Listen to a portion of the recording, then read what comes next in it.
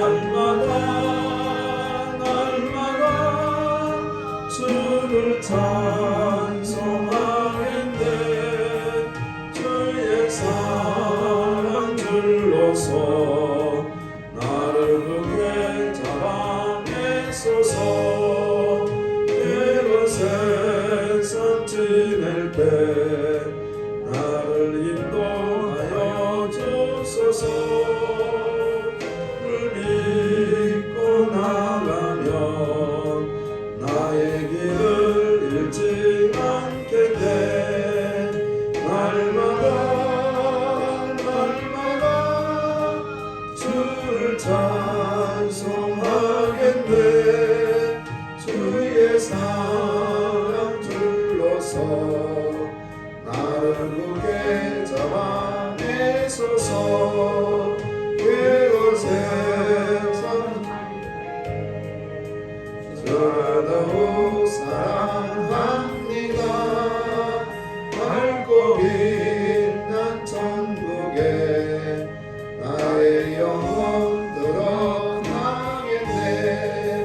날마다 주를 찬송하겠네. 주의 사랑 둘러서 나를 굳게 잡아내소서. 아멘. 하나님 말씀 봅니다. 시편 53편 1절에서 6절 말씀 보겠습니다. 시편 53편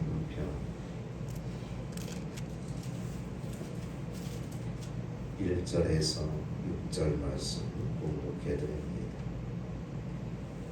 어리석은 자는 그의 마음에 이르기를 하나님이 없다 하도다. 그들은 부패하며 가증한 악을 행하며 선을 행하는 자가 없도다.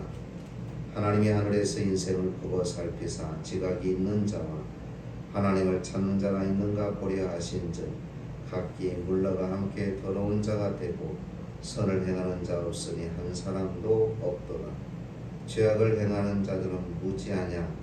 그들이 떡 먹듯이 내 백성을 먹으면서 하나님을 부르지 아니하는도다. 그들이 두려움이 없는 곳에서 크게 두려워하였으니 너를 대항하여 진친 그들의 뼈를 하나님이 흩으심이라. 하나님이 그들을 버리셨으므로 내가 그들에게 수치를 당하게 하였도다. 시온에서 이스라엘을 구원하여 줄 자 누구인가?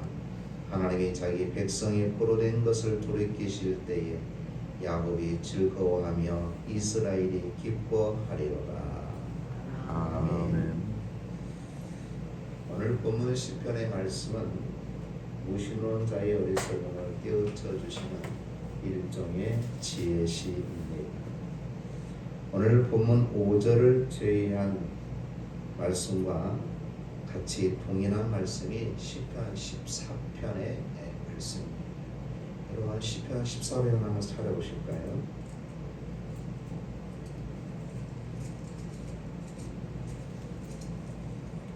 시편 14편을 한번 보시면 53편과 내용이 같습니다. 5절을 제외하고는 내용이 그죠?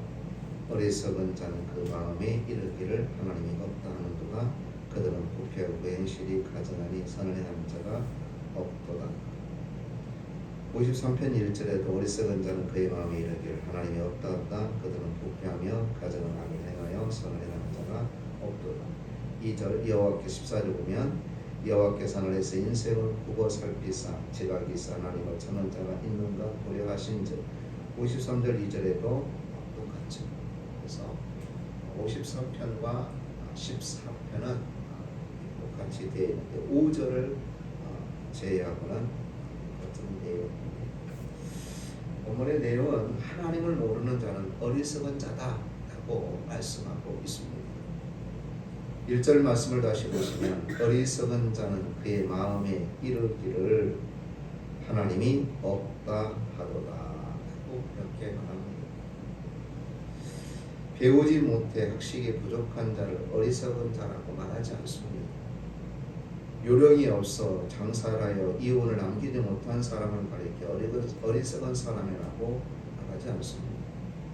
성경은 어떤 사람을 어리석은 자라고 말하고 있느냐, 오늘 본문에 말씀하고 있는 것처럼 하나님이 없다라고 생각하고 자기 마음대로 자기 주장대로 자기 뜻대로 살아가는 사람을 어리석은 사람이라고 말합니다. 좀 더 쉽게 말하면 예수 믿지 않는 사람, 예수 믿지 않는 사람들은 하나님 나라가 어디가 있느냐, 우리는 예수 믿으면 구원받고 하나님 나라에 간다고 그렇게 전도합니다. 그런데 어리석은 사람은 아무리 성경을 가지고 이야기하고 하나님께서 말씀하셨다고 이야기해도 내가 가보지 않았는데 어떻게 하나님 나라가 있다고 말하냐, 어떻게 믿을 수 있느냐, 그래 난 하나님 믿지 않겠다, 교회 다니지 않겠다, 이런 사람을 가리켜서 성경은 어리석은 사람이다라고 그렇게 말합니다. 특히 여기서 무신론자라는 것은 하나님의 백성이라고 자부하면서도 그 언행은 전혀 하나님을 의지하지 않고 마치 하나님이 안 계신 것처럼 처신하는 그런 사람들을 가리켜서도 역시 어리석은 자다라고 말합니다. 교회를 안 다니고 하나님을 부정하고 하나님 나라가 없다, 하나님이 없다라고 부정하는 그런 사람도 어리석은 사람이라고 말하지만 더 안타까운 것은 교회를 다닙니다. 하나님의 말씀을 들고 예배를 드립니다. 그럼에도 불구하고 하나님을 의식 없이, 하나님을 의식하고 살아야 되는데 전혀 하나님을 의식 없이 살아가는 성도를 가리켜 역시 어리석은 사람이다라고 말하는 것입니다. 육신은 아브라함의 혈육을 입고 또한 약속의 땅 가나안에서 태어나 하나님께서 통치하는 신정 왕국 이스라엘에 살고 있었지만 그들의 계획과 그들의 삶은 하나님과 전혀 상관이 없고 오히려 하나님이 싫어하는 우상을 숭배하고 이방신을 쫓아 행하는 그 이스라엘 백성들을 향하여 하나님은 어리석은 자다라고 그렇게 말씀하고 있다는 겁니다. 어리석은 자의 특징이 있습니다. 이 어리석은 자의 특징은 오늘 1절 하반절에 보니까 부패하고 가증스러운 악을 행한다는 겁니다. 그리고 함께 어울려 더럽고 추한 일에 자신을 내던진다라고 말씀하고 있습니다. 그리고 4절 말씀에서는 죄악을 행하는 자들은 무지하냐, 그들이 떡 먹듯이 내 백성을 먹으면서 하나님을 부르지 아니하는도다 라고 그렇게 말씀합니다. 그러나 모든 만물에 하나님이 살아계신 증거가 분명히 나타나 있습니다. 로마서 1장 20절에 보니까 창세로부터 그의 보이지 아니하는 것들 곧 그의 영원하신 능력과 신성이 그 만드신 만물에 분명히 보여 알게 되나니 그러므로 저희가 핑계치 못할지니라. 하나님께서는 우주 만물을 통해서 섭리하시고 살아계심을 보여주었음에도 불구하고 하나님 심판 때 하나님은 언제 살아계셨습니까? 언제 우리에게 보여주셨습니까? 라고 반문하는 사람들이 있게 된다는 겁니다. 그때 하나님 분명히 말씀하셨다는 거죠. 로마서 1장 20절 말씀에 그 만드신 만물에 분명히 보여 알게 되나니 그러므로 저희가 핑계치 못할지. 세상의 이치와 세상의 우주 만물을 통해서 하나님이 통치하시고 계시고 섭리하고 계시고 그래서 살아계신다는 사실을 보여주었음에도 불구하고 마지막 때 하나님이 언제 살아계셨습니까? 언제 보여주셨습니까? 이렇게 반문한 사람이 있는데 하나님 이 로마서 1장 20절 말씀을 통해 저희가 핑계치 못하고 세상 우주 만물을 통해서 보여주셨다. 하나님이 살아계시고 하나님이 섭리하시고 하나님이 통치하시고 그렇습니다. 또 히브리서 3장 4절 말씀 보니까 집마다 지은이가 있으니 만물을 지으신 이는 하나님이십니다. 믿지 않는 사람 모시는 데는 그냥 모든 것이 그냥 있는 줄로 압니다. 세상 일이 그냥 되어지는 일로 우연히 되어지는 일로 아니 그러나 세상 일이 우연이라는 것이 없습니다. 하나님께서 다 주관하고 계신 것이죠. 성경에서는 인간의 생사화복을 하나님이 주관하신다라고 말씀하고 있습니다. 사람이 태어나고 사람이 죽고 사람이 화를 당하고 복을 받는 것 이거 하나님이 하시는 거예요. 어떤 대통령이 하는 게 아니에요. 하나님이 쓰실 뿐이죠. 하나님 모든 것 다 하시는 거예요. 그리고 요한복음 1장 3절 말씀은 보니까 만물이 그로 말미암아 지은 바 되었으니 지은 것이 하나도 돌아오시는 된 것이 없느니라고 말씀하고 있습니다. 그렇습니다. 하나님께서 우주 만물을 오늘도 우리의 저와 여러분의 삶을 주관하십니다. 그러므로 하나님을 의지해야 된다는 거죠. 그러므로 하나님께 맡겨야 된다는 겁니다. 그것이 지혜로운 사람의 처신인 거죠. 그러면 어리석은 자의 삶의 특징은 어떻게 나타날까? 하나님의 곁을 떠나간다는 겁니다. 내가 기도했는데 아무 소용이 없거나 기도 안 한다는 거예요. 내가 열심히 예배하며 헌신했는데 하나님은 나에게 기도를 들어주시지도 않고 나의 복도 안 주시고 떠나간다는 거예요. 이 떠나간다는 말을 다른 말로 표현하면 안 한다는 거예요. 교회를 아예 떠나버리는 사람도 있지만 안 해요. 기도를 안 해요. 기도를 처음부터 안 했느냐? 물론 처음부터 안 한 분도 있어요. 성도들 중에. 근데 처음부터 안 했다고 이렇게 할 사람이 했어요. 다 합니다. 그런데 왜 계속적으로 안 할까? 하나님 응답이 없다는 거예요. 응답이 없다는 것은 더 나아가면 하나님이 안 계시다. 그러니까 안 하는 거예요. 하나님을 떠난다. 예배를 안 드려. 중간중간 생각나면 시간 나면 하나님의 정말 살아계심을 인식하고 사는 성도라면 그렇게 할 수 있을까요? 하나님의 은혜가 너무 좋아서 하루도 안 빠질 거예요. 하나님은 우리에게 은혜를 주신 분 아닙니까? 가장 좋은 것을 주신 분 아닙니까? 그 은혜의 그 복을 받으려고 매일같이 하나님 앞에 나와야 되는 거 아닐까요? 왜 안 나올까? 안 주신다고 못 받았다고 그러니까 안 나온다는 거죠. 또한 함께 더러운 자가 된다는 겁니다. 어리석은 자의 삶의 특징은 함께 더러운 자가 된다. 다른 여러 사람들에게 좋지 못한 영향을 끼친다. 자기 혼자만 죄를 범하고 하나님 앞에 잘못을 범하면 괜찮은데 나 혼자 안 되지. 살아도 같이 살고 죽어도 같이 죽자는 심정으로 나 혼자 죄를 범하고 나 혼자 하나님 심판받으면 안 되지. 당신도 그렇게 해야지. 같이. 또한 어리석은 자의 삶의 특징은 두려움이 없는 곳에서 두려워하게 된다는 오늘 5절 말씀해 보세요.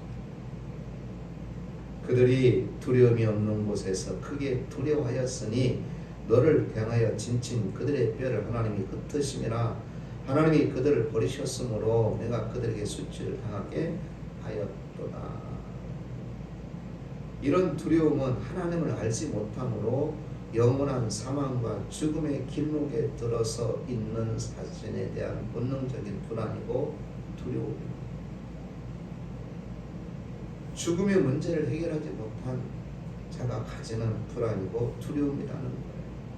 사람의 가장 두려울 때가 언제인지 아십니까? 죽음이었어요. 사자 앞에서 두려움, 물론 맹수 앞에서 두려울 수 있죠. 또한 강도 앞에서 두려울 수가 있습니다. 큰 시련과 문제를 만났을 때 두려울 수가 있습니다. 그런데 그 두려움보다도 훨씬 큰 두려움은 죽음 앞에, 어떤 사람이 다 죽음 앞에 두려워한다는 거예요. 근데 오늘 저 여러분 죽음 앞에 두려울 필요가 없어요. 왜? 우리 죽음 후에는 뭐가 있어요? 부활이 있기. 할렐루야. 아멘. 그렇기 때문에 우리는 어떤 죽음도 두려울 필요가 없어요. 오늘 죽어도 우리는 어디 가요? 천국 가요. 우리에 보장되어 있으니까. 그래 믿는 저 여러분 죽음 앞에 절대 두려울 필요 없어요. 오늘 내 생명을 하나님이 데려가신다 할지라도 아멘 할렐루야 해야 돼. 왜 하나님 저를 데려가려고 하십니까? 이러시면 안 돼. 좀 더 물론 자녀를 위해서 또한 교회를 위해서 좀 더 생명을 연장시켜 달라고 간구할 수 있겠지만 우리가 하나님 나라라는 것이 큰 복이에요. 우리는 그게 보장되어 있잖아요. 어떤 시련과 어떤 죽음 앞에 유혹 앞에 여러분들이 두려울 필요가 없습니다. 담대하십시오. 그런데 하나님이 없다고 하고 믿음이 없이 살아가는 사람들은 죽음 앞에 크게 두려울 수밖에 없다. 하나님이 없다라고 한 사람은 이미 믿음이 없는 사람이죠. 하나님을 부인한 사람입니다. 그런 사람은 구원이 없죠. 그런 사람에게는 영원한 사망이 있기 때문에 크게 두려울 수밖에 없다는 겁니다. 어리석은 자의 치명적 문제점이 뭐냐? 구원은 하나님을 믿을 때에, 예수 그리스도를 믿을 때에 주어지는 거 아니겠어요? 사도행전 4장 12절 말씀에 보면 다른 일로서는 구원을 얻을 수 없나니 천하 인간의 구원을 얻을 만한 다른 일은 우리에게 주시는 일이 없음이니라 하였더라라고 말씀하고 있습니다. 유일한 구원의 길은 바로 하나님의 예수 그리스도이십니다.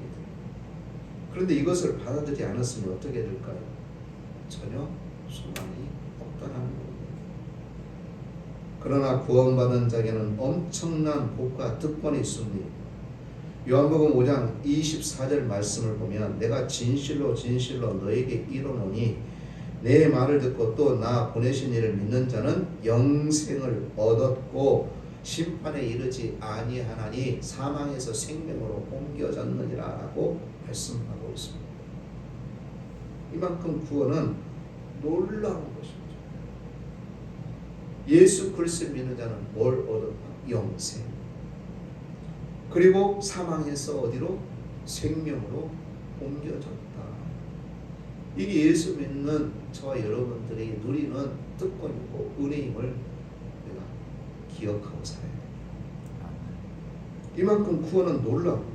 과거뿐만 아니라 현재 앞으로도 우리는 구원이 보장되어져 있고 문제가 다 해결되어진 거. 요한복음 10장 28절 19절에 보면 내가 저에게 영생을 주노니 영원히 멸망치 아니할 터이요 또 저희를 내 손에서 빼앗을 자가 없느니라. 저희를 주신 내 아버지는 많이보다 크심에 아무도 아버지 손에서 빼앗을 수 없느니라. 할렐루야. 하나님께서 저와 여러분들을 붙드시고 계시기 때문에 아버지 손에서 그 어느 누구도 빼앗을 수가 없다. 이렇게 확실한 구원을 놓친다면 천하에 가장 어리석은 자라는 말씀을 내주려고 합니다. 우리는 오늘 어떠한 삶을 살아야 되는가? 우리는 어리석은 자가 되서는 안 됩니다. 지혜로운 자가 되어야 됩니다. 그리고 우리 주위에 아직도 어리석은 자가 있어요. 우리는 그들을 위해서 중보 기도해야 됩니다. 하나님, 어리석은 자가 있습니다. 그 어리석음을 깨우쳐 주시고 나처럼 예수 믿고 구원의 은혜 가운데 살 수 있도록 도와주옵소서. 그 영을 하나님 붙들어 주옵소서. 그 영혼을 구원해 주옵소서. 이렇게 기도해야 될 그 사명이 오늘 저 여러분에 있다는 사실입니다. 저들의 어리석은 그 마음을 돌이켜달라. 왜 그들이 어리석은 자가 되었을까? 배후에 사탄이 잡고 있다.